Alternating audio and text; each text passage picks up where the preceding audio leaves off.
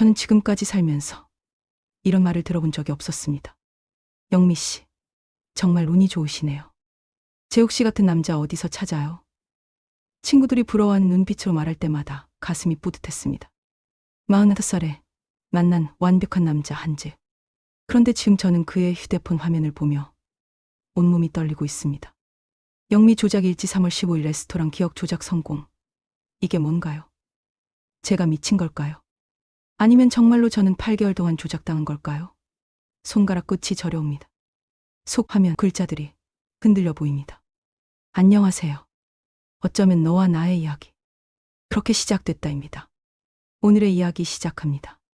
시청 전 구독과 좋아요를 눌러주시면 저에게 많은 힘이 됩니다. 구독과 좋아요는 무료입니다. 처음 재욱을 만났을 때를 생각해 봅니다. 소개팅 자리에서 저를 보는 그의 눈빛이 얼마나 진시했는지요. 당신 같은 여자를 만나 뒤 기다렸어요. 이 말을 들었을 때 저는 정말 운명을 믿게 되었습니다. 중소기업 격리부장이라는 평범한 직업의 45살 여자에게 이런 일이 일어날 줄 몰랐거든요. 재욱은 외국계 회사 과장으로 논리적이고 똑똑했습니다.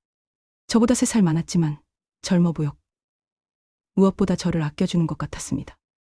매일 꽃을 보내주고 점심시간마다 전화를 걸어 안부를 물었습니다. 그때 저는 정말 행복했습니다. 이런 남자를 만날 수 있다니 신이 저에게 주신 선물이라고 생각했거든요. 재욱은 항상 신사적이었고 저를 배려해 주었습니다. 문을 열어주고 차에서 내려줄 때 손을 잡아주고 비가 오면 우산을 씌워주었습니다. 하지만 미묘한 변화가 시작된 건 한 달쯤 지나서였습니다. 대학 동창 정아와 약속이 있다고 했을 때 재욱의 표정이 살짝 어두워졌습니다. 물론 가도 되지만 나는 당신과 시간을 보내고 싶었는데. 이 말을 들으니 갑자기 죄책감이 밀려왔습니다. 재욱이 저를 이렇게 사랑하는데 친구와의 약속이 그렇게 중요한가 싶었거든요. 결국 저는 정아에게 전화를 걸어 약속을 미뤘습니다. 그때 재욱이 웃으며 저를 안아주던 모습이 지금도 생생합니다. 왜 그때 이상하다고 생각하지 못했을까요? 재욱의 미소가 너무나 따뜻해 보였거든요. 전 그의 품에 안겨 있으면서 이 남자와 함께라면 세상 무엇도 두렵지 않을 것 같다고 생각했습니다. 하지만 그때부터였어요. 제가 조금씩 변하기 시작한 것은 친구들과의 약속보다 재욱을 우선시하게 거죠. 그 다음 주 일이었습니다. 재욱이 갑자기 이탈리안 레스토랑에 가자고 했습니다. 지난주에 당신이 그 레스토랑 가자고 했잖아. 저는 깜짝 놀랐습니다. 전 그런 말을 한 적이 없었거든요. 난 그런 말 안 했는데. 당신이 확실히 말했어. 기억 안 나? 요즘 많이 바쁘니까. 그런가? 재욱의 확신에 찬 목소리에 저는 흔들리기 시작했습니다. 정말 제가 말했는데 기억을 못하는 걸까요? 나이가 들어서 건망증이 생긴 걸까요? 그날 밤 저는 한참 동안 기억을 더듬어 봤지만 정말 기억이 나지 않았습니다. 재욱은 너무나 확신에 차 있었거든요. 당신이 그 레스토랑 파스타가 맛있다고 했어. 이런 구체적인 말까지 하니까 정말 제가 말한 것 같기도 했습니다. 그날부터 저는 제 기억을 의심하기 시작했습니다. 이런 일들이 자꾸 반복되기 시작했습니다. 제가 분명히 기억한 것과 재욱이 말하는 것이 다른 경우가 늘어났습니다. 재욱은 항상 논리적으로 설명했습니다. 당신 너무 감정적이야. 논리적으로 생각해봐. 스트레스를 많이 받아서 그런 것 같은데. 내가 아니었으면 당신은 어떻게 살았을까?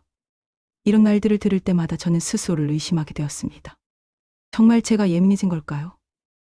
회사에서도 작은 실수들이 늘어나기 시작했습니다. 집중력이 떨어지고 자신감도 없어졌습니다. 동료들이 영미 씨 요즘 좀 다른 것 같은데 라고 말할 때마다 더욱 위축되었습니다. 재욱은 제가 힘들어할 때마다 위로해 주었지만 동시에 내 말을 잘 들어야 한다는 메시지도 계속 보냈습니다. 내가 당신을 위해 하는 말인데 왜 그렇게 반발하냐는 식으로 말이죠. 가장 힘들었던 건 친구들과 멀어진 것이었습니다. 재욱이 정아에 대해 말했습니다. 저는 당신을 질투하는 것 같아. 진짜 친구라면 당신의 행복을 축하해줘야 하는데. 정말 그런 걸까요? 정아가 저를 질투한다고요? 저는 혼란스러웠습니다. 저와 20년 넘게 친구 지내왔는데 그런 사람이 아니라고 생각했거든요. 하지만 재욱이 하나하나 근거를 대며 설명하니까 그럴듯해 보였습니다. 정아가 너에게 안 좋은 말만 하지 않아? 나에 대해서도 뭔가 삐딱하게 본다고 생각해보니 정아가 제욱에 대해 크게 좋아하지 않는다는 느낌을 받긴 했었어요. 어머니와의 관계도 소원해졌습니다.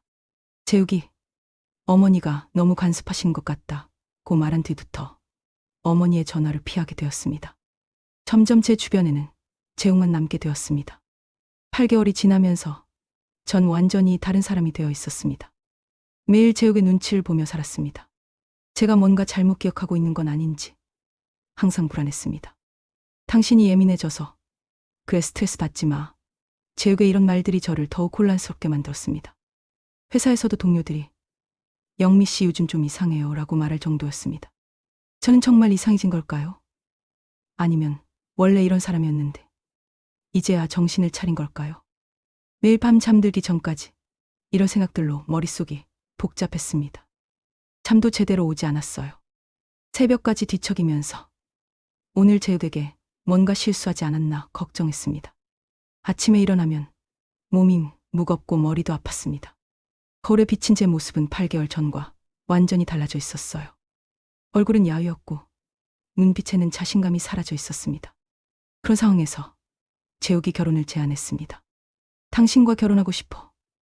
이 말을 들었을 때 저는 기뻐해야 했는데 왜인지 불안했습니다. 정말 제가 이런 남자와 결혼해도 되는 걸까요? 제욱은 저를 사랑한다고 하지만 왜 항상 제가 틀렸다고 하는 걸까요?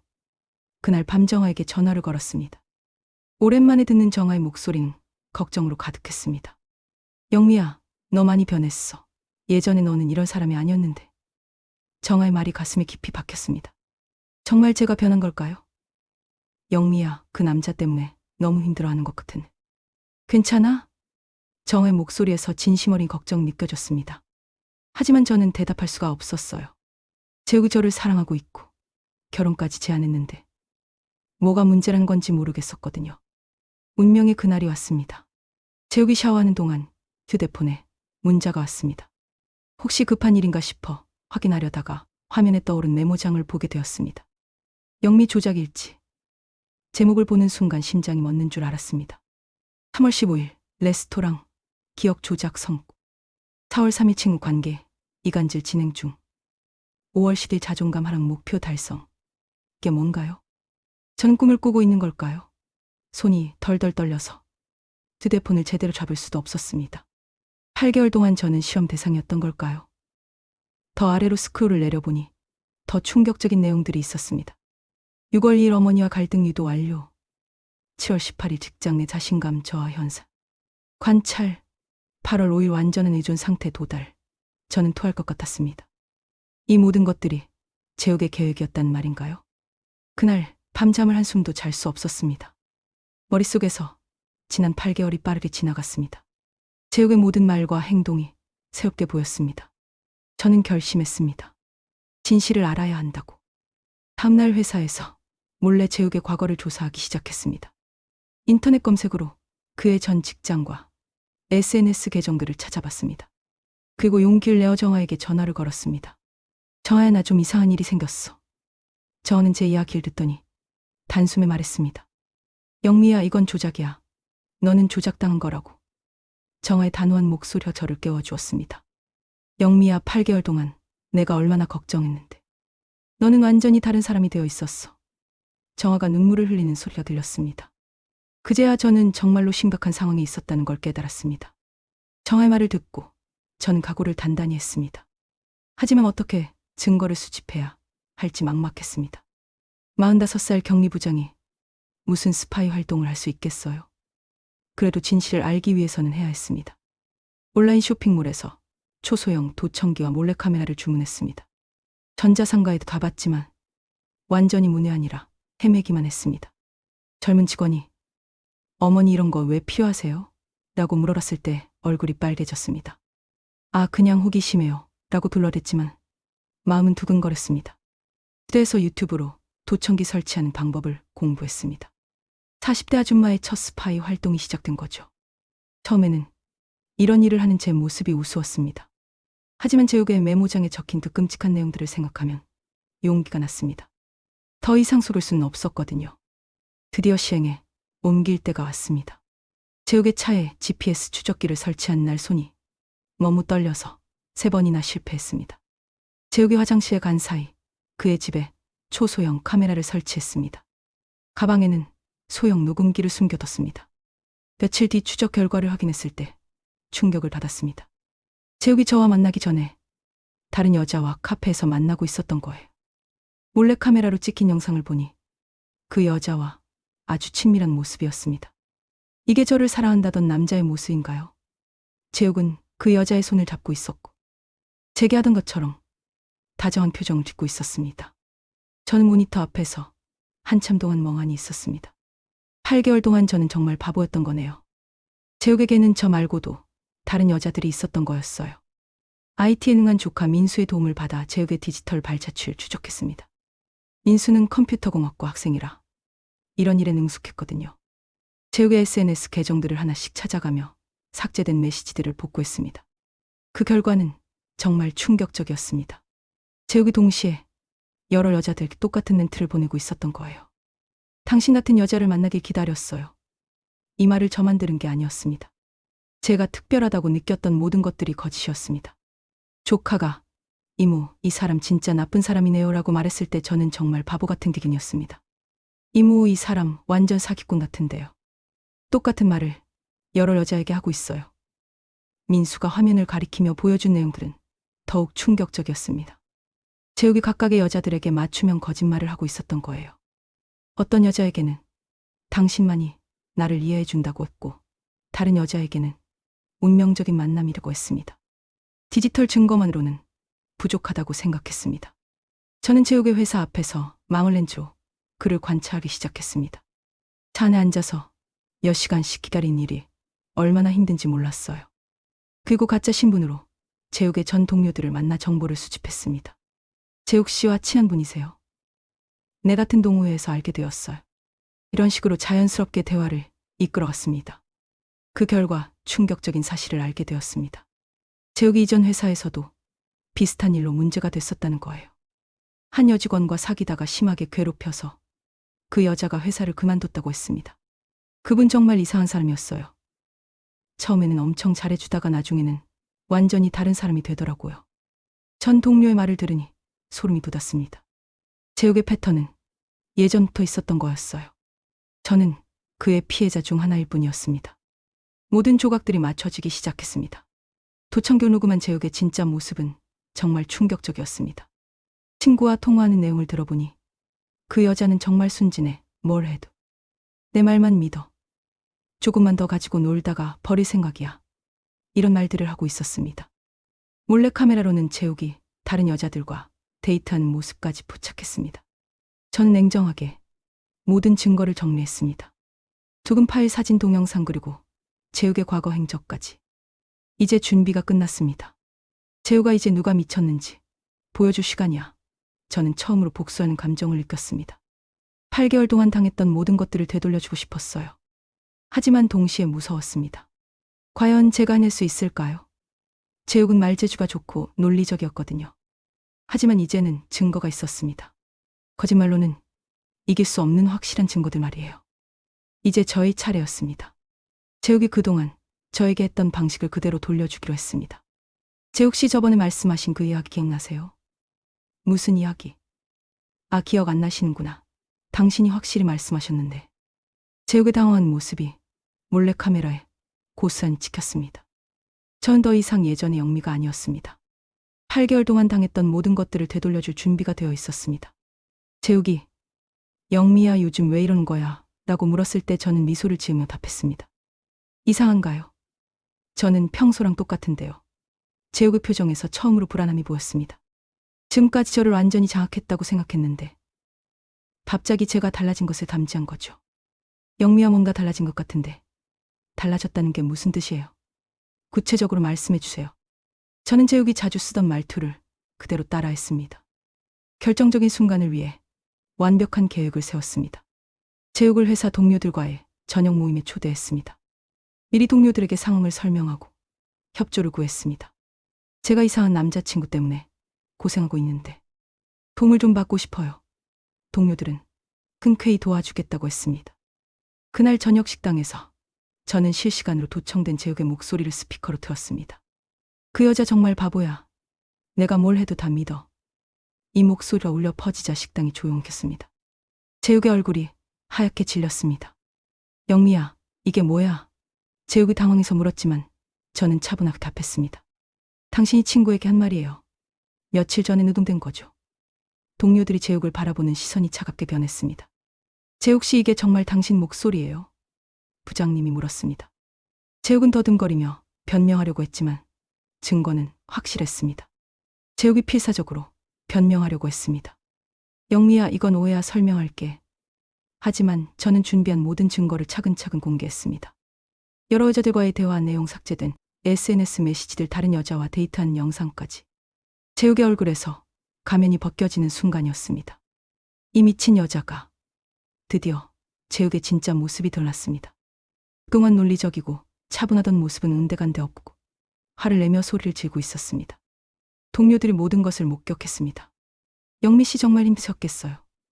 이런 남자와 사귀셨다니. 끔찍해요. 재욱이 다 거짓말이야. 영미가 조짓한 거야 라고 소리쳤지만 아무도 믿지 않았습니다. 너무나 확실한 증거들이 있었거든요. 재욱의 휴대폰에서 발견한 영미 조작 일지를 보여주자 식당에 있던 모든 사람들이 경악했습니다. 이런 사람이 다 있네. 정말 무섭다. 사람들의 시선을 받으며 재욱은 완전히 무너졌습니다. 그 순간 8개월 동안 짓눌려 있던 답답함이 한 번에 해소되는 기분이었습니다. 재욱은 더 이상 저를 조종할 수 없었습니다. 모든 사람들이 그의 진짜 모습을 봤으니까요. 재욱 씨, 8개월 동안 정말 고생 많으셨어요. 저를 조작하느라. 영미야, 내가 언제 조작했다고. 증거가 다 있는데요. 휴대폰에 적어놓으신 조작 일지까지. 재욱은 더 이상 할 말이 없었습니다. 식당을 나가며 저는 처음으로 속이 시원했습니다. 정말 오랜만에 제대로 숨을 쉰 기분이었습니다. 동료들이 영미 씨 정말 용감하세요 라고 말해주었을 때 눈물이 났습니다. 8개월 동안 혼자서 견뎌왔던 모든 것들이 한꺼번에 쏟아져 나왔습니다. 이제 정말 끝났구나. 이런 생각이 들면서 가슴 한편이 시원해졌습니다. 재욱의 조작에서 벗어난 저는 다시 원래의 제 모습을 찾을 수 있을 것 같았어요. 재욱과의 관계는 그날로 완전히 끝났습니다. 더 이상 그의 전화도 문자도 받지 않았습니다. 몇 주 뒤 회사에서 승진 소식을 들었습니다. 부장님이 영미 씨 요즘 일 처리가 예전보다 훨씬 좋아졌어요 라고 말씀하셨습니다. 자신감을 되찾으니 일도 잘 풀리기 시작했습니다. 저와도 다시 가까워졌습니다. 영미야, 이제야 원래 내 모습이 돌아온 것 같아. 어머니께도 전화를 드렸습니다. 어머니, 그동안 죄송했어요. 딸아, 무슨 일이 있었니? 모든 걸 털어놓고 나니 어머니도 이해해 주셨습니다. 그런 나쁜 남자가 다 있구나. 우리 딸이 고생했네. 어머니의 따뜻한 위로를 받으니 정말 안심이 되었습니다. 8개월 동안 잃었던 소중한 사람들을 다시 되찾게 된 거죠. 재욱 때문에 멀어졌던 모든 관계들이 원래대로 돌아왔습니다. 지금 생각해보면 제가 재욱에게 끌렸던 이유를 알 것 같습니다. 45살이란 나이에 대한 불안감, 혼자 살아가는 것에 대한 두려움, 그런 마음을 재욱이 파고들었던 거죠.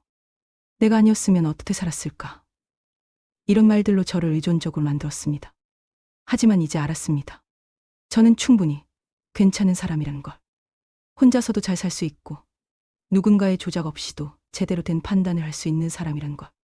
가끔 재욱과의 기억이 떠오를 때마다 다시는 이런 일이 일어나지 않도록 주의하겠다고 다짐합니다. 재욱 같은 사람들의 특징도 이젠 알 수 있을 것 같아요. 처음에는 완벽해 보이지만 점차 상대방을 통제하려고 하고 친구들과 멀어지게 만들고 자존감을 깎아내리죠. 이런 신호들을 놓치지 않겠다고 스스로에게 약속했습니다. 이 일을 겪고 나서 주변 사람들에게 조언하고 싶은 게 생겼습니다. 연애할 때 상대방이 여러분의 기억을 의심하게 만들거나 친구들과 멀어지게 하려고 한다면 조심하세요. 진정한 사랑은 여러분을 더 나은 사람으로 만들어주는 거지 의심하게 만들지 않습니다. 여러분의 감정과 기억을 믿으세요. 그것들은 틀리지 않았습니다. 만약 누군가가 계속 내가 틀렸다, 내가 예민하다고 말한다면 그 사람이 문제일 가능성이 높습니다. 건강한 관계에서는 서로를 존중하고 신뢰합니다. 조작하거나 통제하려 하지 않아요. 특히 40대 이상의 여성분들께 말씀드리고 싶습니다. 나이가 들었다고 해서 함부로 당해서는 안 됩니다. 여러분은 충분히 지혜롭고 강한 사람들이에요. 누군가 여러분을 과소평가하려고 한다면 단호하게 거부하세요. 재욱과 헤어진 후 몇 달간은 회복의 시간이 필요했습니다. 8개월 동안 받았던 정신적 상처가 하루아침에 나을 수는 없었거든요. 가끔 혼자 있을 때면 정말 제가 맞는 걸까요?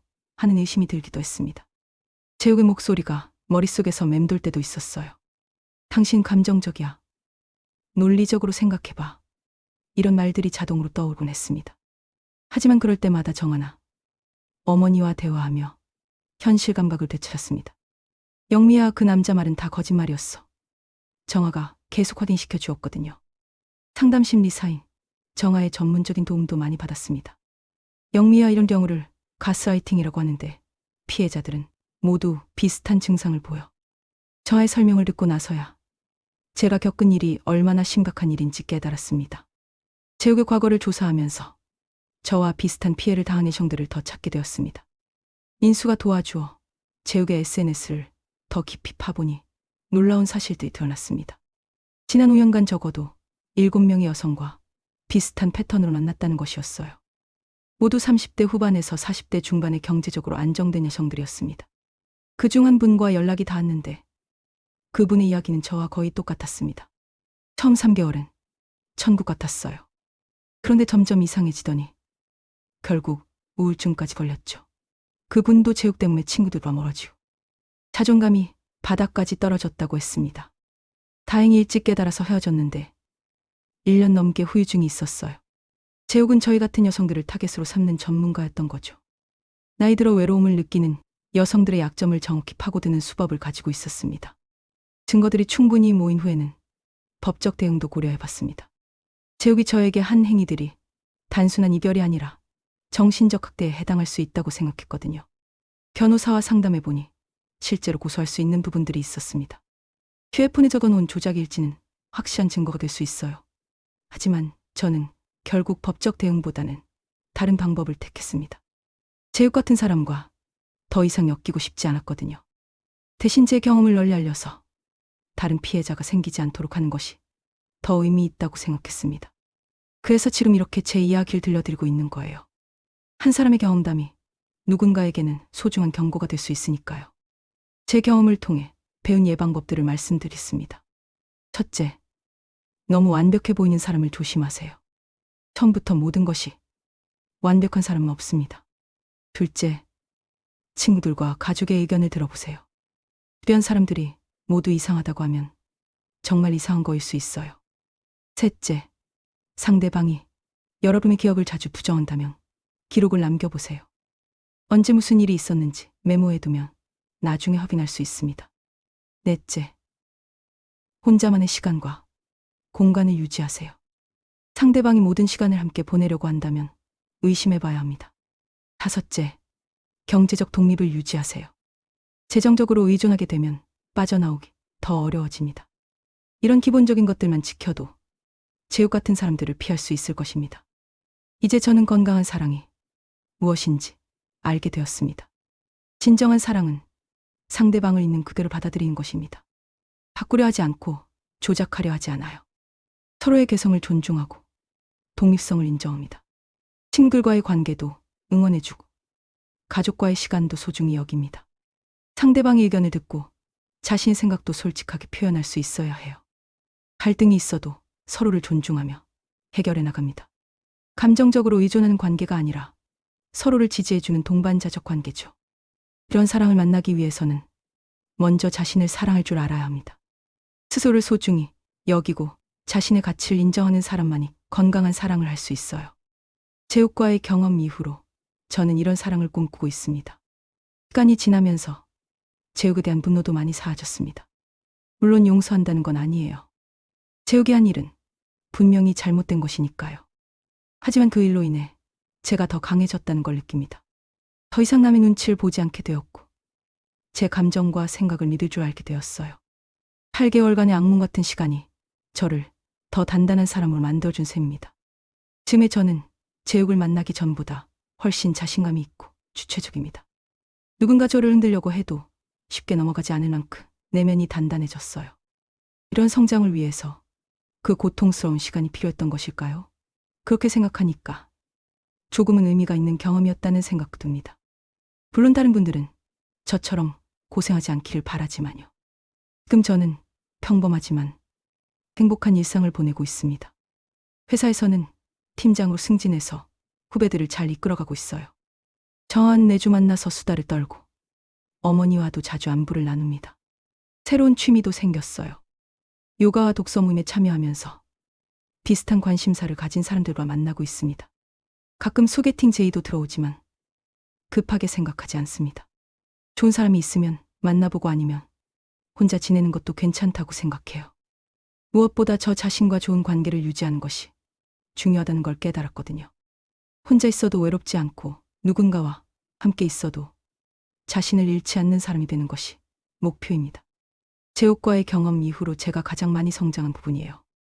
마지막으로 이 이야기를 듣고 계신 분들에게 전하고 싶은 말이 있습니다. 만약 지금 저와 비슷한 상황이 있다면 용기를 내세요. 상대방이 여러분을 사랑한다고 말하면서도 여러분을 작게 만들려고 한다면 그건 사랑이 아닙니다. 진정한 사랑은 여러분을 더 크고 밝게 만들어주는 것입니다. 자신의 감정을 믿으세요. 여러분의 직감은 대부분 맞습니다. 주변 사람들의 걱정 어린 조언도 귀담아 들어보세요. 그들은 객관적인 시각으로 여러분을 보고 있을 가능성이 높으니까요. 그리고 혼자 해결하려고 하지 마세요. 저처럼 증거를 수집해서 맞서 싸울 수도 있지만 그보다는 믿을 만한 사람들에게 도움을 요청하는 것이 더 중요합니다. 전문가의 도움을 받는 것도 좋고요. 무엇보다 여러분 자신을 소중히 여기세요. 여러분은 누구의 조작이나 통제를 받을 이유가 없는 소중한 존재입니다. 오늘의 이야기 어떠셨나요? 여러분들의 생각은 어떠신지 댓글로 알려주세요. 감사합니다.